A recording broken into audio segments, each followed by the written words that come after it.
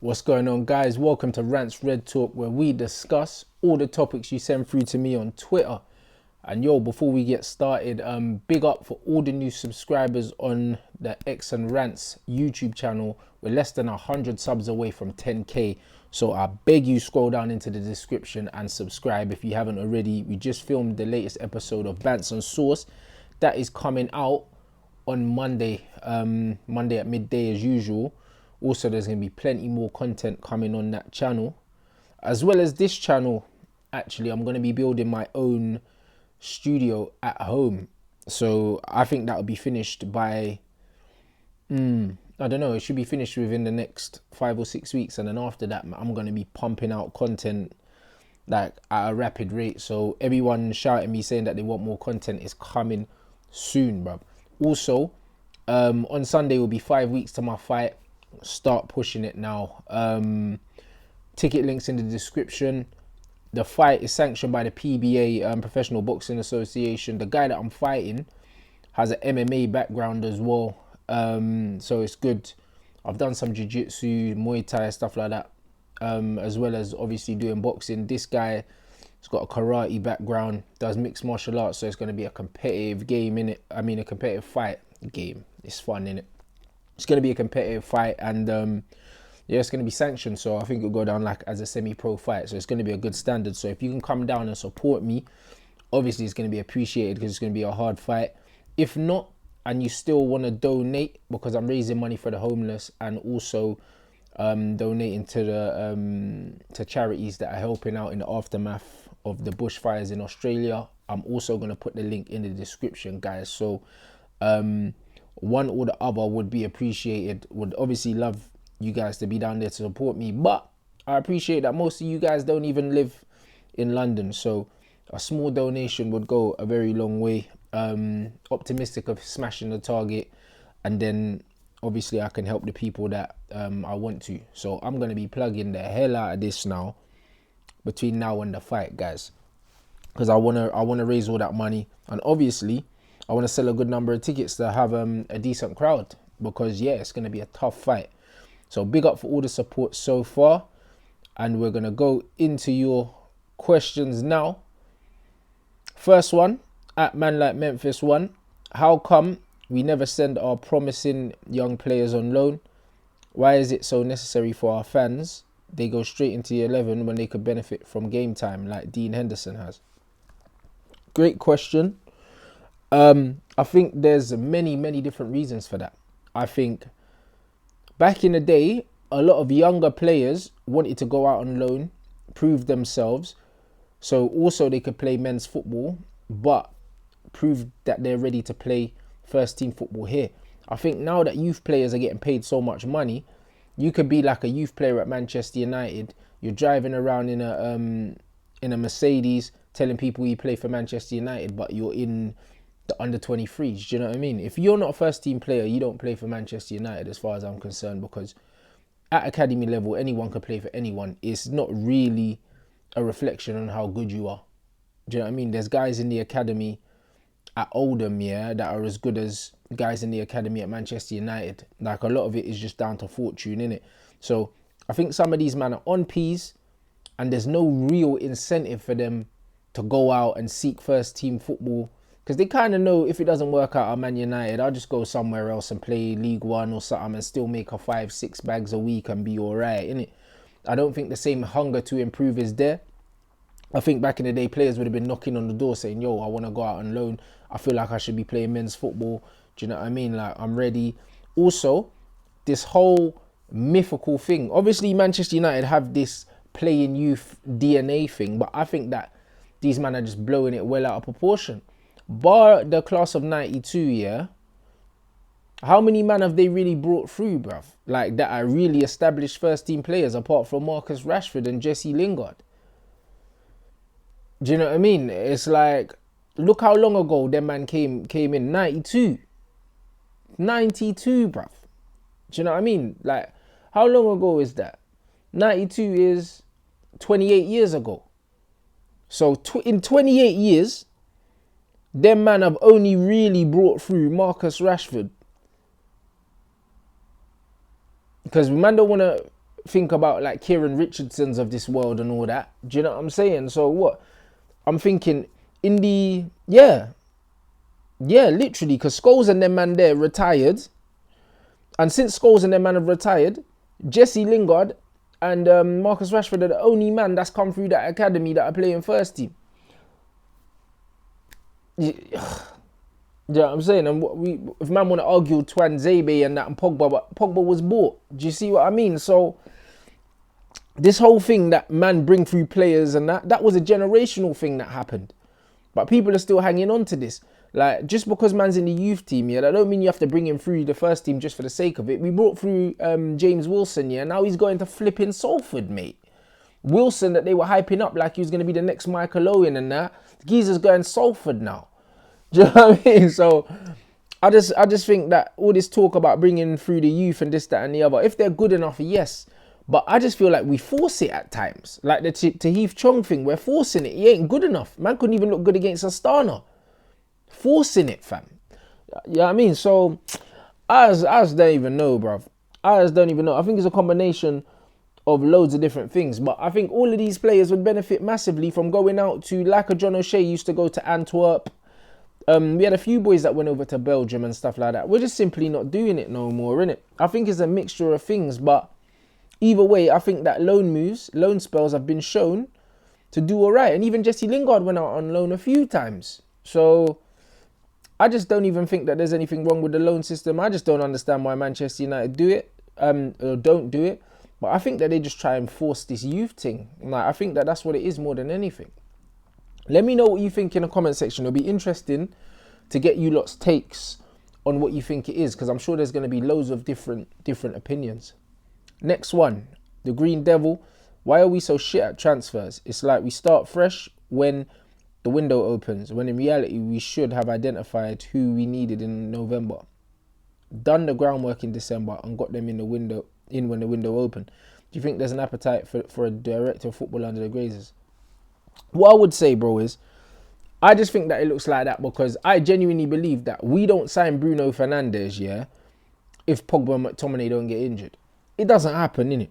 I think that Bruno was an option, but United didn't really want to spend the money. I also have a hunch that obviously Bruno was a Poch guy anyway. Poch wanted him last year, and I feel like they've had a word and they've probably been like, you know what, I wanted him. Like, go get him if you can get him.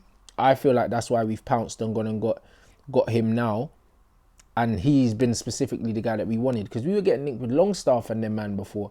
And it was thought that Carrick and them man preferred a Longstaff or something like that to a Bruno, innit? So I genuinely do believe that that's a Pochettino influence, that signing. But yeah, I just genuinely think that these men had no intentions of spending money and they've just panicked.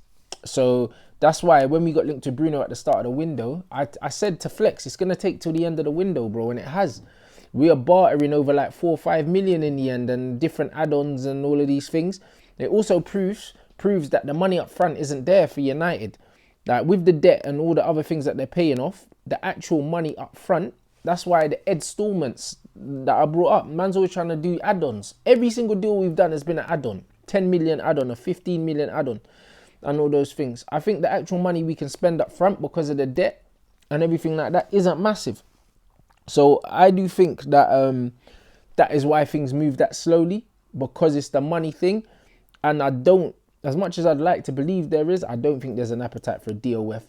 There's been loads of noise. Woodward saying, oh yeah, like we've changed the way we're signing players.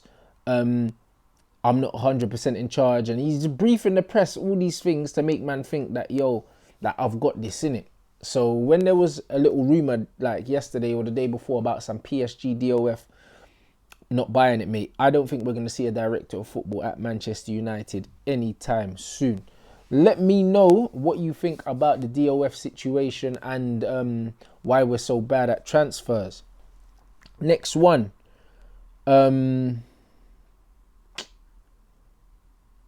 At Pit19711, of all the strikers we are being linked to / are available for us to sign this month, who would your preferred option be? Mertens, Ighalo, Rondon, Slimani, or someone else? Bro, I'm going to be honest with you, yeah? The bar is on the floor. Man don't want Mertens, yeah? Cavani's available, but we're not interested in him because we're some donut club. Ighalo, we've been linked to him again literally in the last hour. I was pissing myself laughing. Rondon, give me a break, yeah? Are you going to get rid of Lukaku and then bring in Rondon, fam? Do you know what I mean? And Slimani, fam. So man are getting linked with Watford, yeah? Like Watford ex-players, and Slimani was at, what, Leicester or something like that? Man are getting linked with that trash. And then we got linked with Josh King, a brother that we had, that's only scored 3 goals this season. Man's got less goals than Mason Greenwood, and he's injured. And we were going to spend 30 million on him. The bar is on the floor, guys. Make sure you don't trip over it. It's that bad. Out of all them strikers, who would I rather? None of them. Mason Greenwood, that's who I would rather. Man are saying, yeah, Mason's young. He's going to burn out. It's February, March, April. Season done soon. And Mason ain't been starting most of the games he should be starting. They're talking about burnout of Mason Greenwood, yeah? Like, Rashford burnt out because Rashford's been overplayed. Dan James has been starting bare games. He's still a young kid as well. No one ain't talking about no burnout. Michael Owen, like Jermaine Defoe, Wayne Rooney, all these man bust through in the Prem young. And nobody was talking about, yeah, like, boy, Rooney was playing week in, week out at 16. Michael Owen, 17, 18, I'm sure he was playing week in, week out. It was calm. Just rotate these man, bruv. Like, do you know what I'm saying? I just don't understand this whole notion that people think we're not scoring goals, yeah, because either we don't have the striker or we need a striker. We're not scoring goals because our system doesn't allow us to create many chances. People always remember the chances we miss because we don't create enough. Like, Salah misses 2-3 sitters a game and still manages to bag. Same with Mane. Same with Sterling at Man City. Our biggest problem is that we don't create enough chances because Martial's conversion rate is up there with the best in the Premier League in terms of percentage. Do you know what I mean? So it's not the lack of striker why we're not scoring. It's the lack of idea and the lack of structure. So bringing in a striker is not all of a sudden going to mean we're just going to score more goals till we got a striker. Because like him or not, I didn't like Lukaku. Dead touch, horrible to watch. But that geezer scores goals if he gets enough chances, innit? He does. Everywhere he's gone, he's proven that. He's not my cup of tea. I don't like watching him. I think he's a horrific player on the eye. But his numbers are there, innit? Like, if he gets enough chances, he will bag. We never created enough chances for him, so he scored less, innit? So bringing in a forward, like Ollie was saying, that will break his nose to score a goal, you literally got rid of the ultimate poacher, like tapping merchant, yeah? And now you're saying you want another one. Don't even make sense, bruv. Like, that's man trying to cover his own poor coaching style or lack of coaching style and lack of tactical nous, mate. So out of all the strikers that we're linked with, I don't want none of them, innit? I'm happy to have Martial, Greenwood. Do you know what I'm saying? And then we go from there, man. Like, there's only a few months later. If Martial gets injured, I'm more than happy for Mason to play down the middle. I don't think that's a task that's too big for him. And then if Mason gets injured as well, bruv, I don't care. Play someone else down there. When LVG was in there, man was giving people like, he was willing to give people like Will Keane a chance. He gave Marcus Rashford a chance because Will Keane got injured. Do you know what I'm saying? We saw so many young players like the McNairs, the Blackett's and that get a chance under LVG. No one else was talking about, oh, panic buy, let's just go and buy someone for the sake of it. LVG used the whole squad. But now all of a sudden we need to go and panic buy when there's 3 months left of the season. Do me a favour, bruv. Now, we got under 23s, blood. If man wants to go in there and pluck a player out, then go pluck a player out of there, fam. But I'd rather you bring a under 23 kid through than spend 30 million on a Josh King, bro. That's 28 years old with no resale value. Like, what? How are we bolstering our bench here when our starting 11's not even peak? You know them ones. The only time you start buying bench players is when your starting 11's cool. That's when you bring in like a Minamino or something and say, yo, let me strengthen my bench because my starting 11's banging. Our starting 11's dead. Our starting 11's barely got 5 man that deserve to be in there, but you're bolstering the bench. Do me a favour, man. All right. Next one.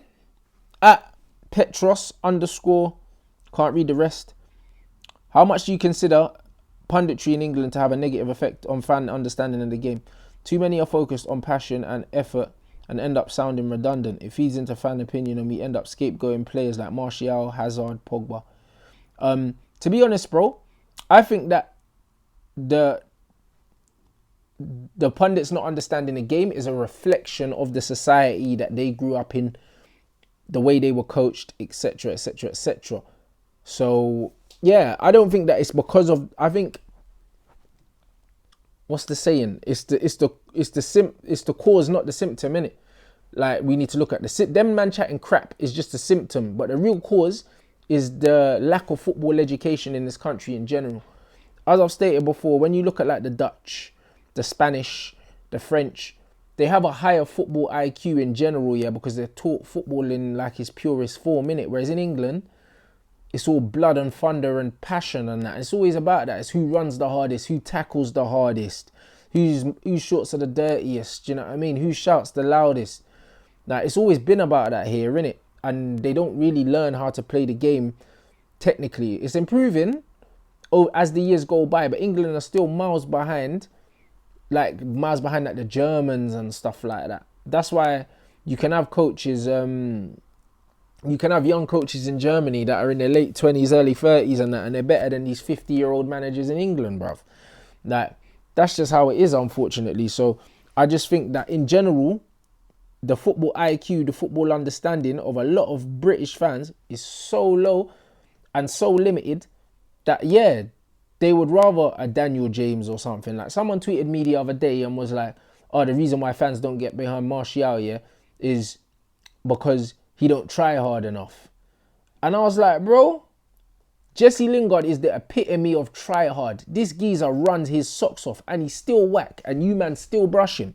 So lack of effort is not why you're brushing Martial, bro, because Lingard gives you effort and you still brush, man.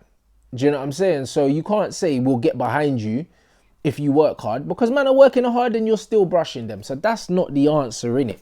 Keep it consistent all the way. The bottom line is a lot of these guys don't have a basic understanding of football. Players like Martial, players like Hazard, they work smart. They don't necessarily work hard. And there's nothing wrong with that. There's nothing wrong with that. Because if you watch well-drilled teams, yeah, they don't have 11 players that are running 100 miles an hour like a headless chicken. They press in zones, they press in waves, they press smart.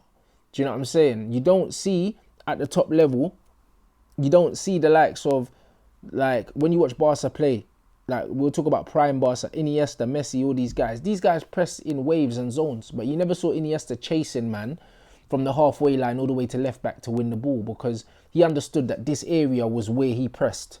Messi understood that this area is where I press. Anything here, this is mine, and then I pass him on. Like, these men were coached, innit? In England, as a striker, they just teach you to just run everywhere and chase everything. It's not smart, bruv. Marcus Rashford injured himself one game chasing some stray ball that was going back to the goalkeeper and pulled his hamstring, bruv. Like, what are you doing? Like, you don't need to press that. Like, you don't need to press that. So if you understand, like, football and how it's coached, like on the continent, they teach you a lot of the time. If you're a lone striker and there's four defenders and the goalkeeper, it's 5 against 1. As a striker, there is absolutely no point pressing the goalkeeper, because he's got pass here, pass here, pass here, pass here. You go and waste your energy running to the goalkeeper. 5 versus 1 in a keep ball game. Who's ever going to win that? That one ain't getting the ball if man's decent, bruv. They teach you to drop into the midfield, make it compact, so you compress the space, and then they have to play it over you. And if they play it over you, then it's a lottery, because then you can win the header and you can turn possession over. Possession is king. So a lot of men don't understand that pressing in waves, this is tactical. So just because the man's not running around, this, that, and the other, that don't mean man's not trying, or he doesn't work hard, or he's lazy. It means he was coached a different way, and it's not in his nature to do that. Berbatov wasn't pressing man like that. Cantona wasn't pressing man like that. Bergkamp wasn't pressing man like that. And no one called them man lazy, bruv. Do you know what I mean? So a lot of men just do not understand football, like what they're watching, innit? And because of that, they start talking rubbish. And it's fine, innit? Let them talk their rubbish, guys. But like, the bottom line is, it is just lack of education. All right. At We Are United, what striker would you like us to sign? Again, bro, I don't care, innit? I want Cavani out of all the people that are available. Even if man got Cavani for a season and a half, I'll be happy with that. Do you know what I mean? Because Cavani, Martial, Rashford, Mason Greenwood, 4 strike, cool, happy with that. But it's not going to happen because United are on a joke thing. Let me know what striker you would want that isn't in the list that I said before and is not Edison Cavani. That you realistically we could get. By the time this video comes out anyway, there'll only be a couple more hours of the transfer window. At Safe5044, thoughts on Martial hate bandwagon a lot of fans are jumping on. I would keep it quick on that. I just think that Martial's the easy scapegoat, innit? Fred, Martial and Pogba have been the scapegoats, innit? Fred was the scapegoat. Everyone was saying he was crap, even when he was playing well. Now Fred's playing really well. Everyone's on Fred's bum. Pogba's out injured, but he still gets scapegoated.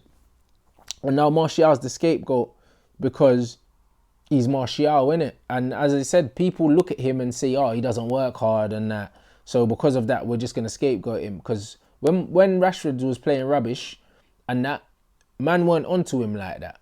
Do you know what I'm saying? So it's just one of them things. And it's funny because Rashford's form picking up coincided with Martial coming back. And then Rashford's got injured and now Martial's form started to dip. And you know why that is? Because them two rely on each other to create space and to provide each other with options. Because what normally happens is Martial makes the intelligent run. Rashford uses his energy to move around and win possession, and they kind of hunt together and they do things. When one isn't there, the other one gets isolated because then Rashford ain't got no one to find, Martial ain't got no one to find because we don't have a supply line from the midfield and we don't transition well in the midfield. So because of that, without a Pogba, if Rashford and Martial don't have each other, they will always struggle. They will always struggle without each other, without a Pogba. Now we've got Bruno Fernandes as well as Paul Pogba. When them two are back, we're going to start to see a Rashford or a Martial be more effective, even if they're not together. But right now, creatively, they rely on each other very much, innit? So Martial gets he's the scapegoat, innit? But it's stupid, man. You know what I mean? Anyone with half a football fucking brain can see that Martial is levels, bro. Do you know what I mean? So, do you know what I mean? Let that man continue to talk rubbish anyway, man.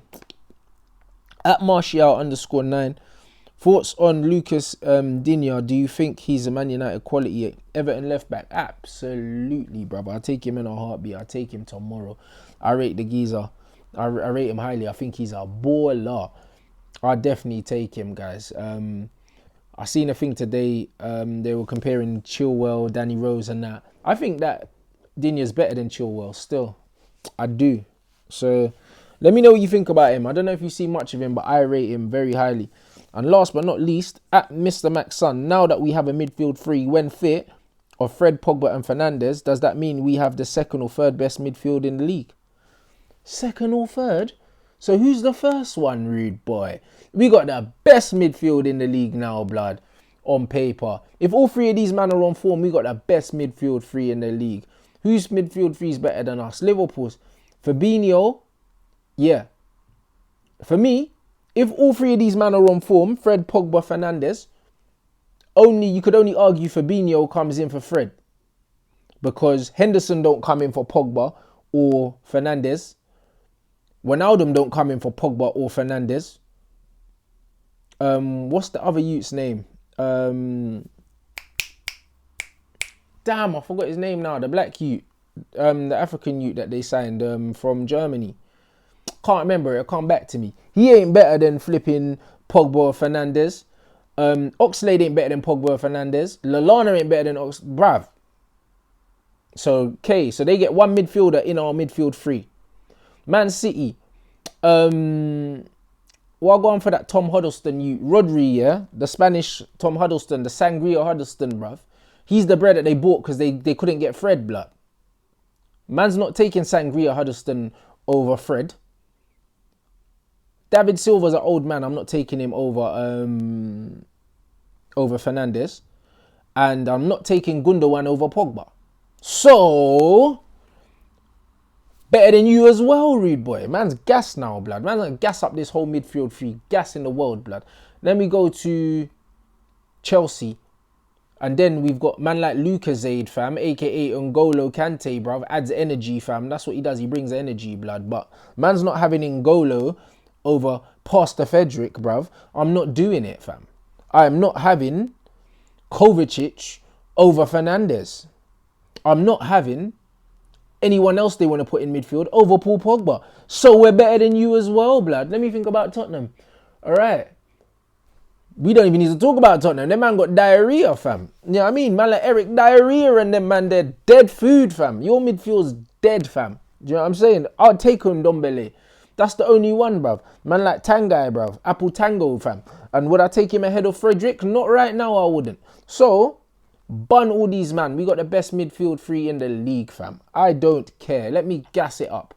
If these men are all on form, man, I got N'Golo Frederick, bruv. I'm telling you, he's got Kante engine, yeah, but he can actually kick ball as well. You know, like that. So, there we go. When them Kante man were jumping on me, that boy ain't done nothing since the World Cup, bruv. And in the World Cup final, he got booked, yeah, because he got ran ragged and then he got pulled off, rude boy, because Pogba was doing two men's running.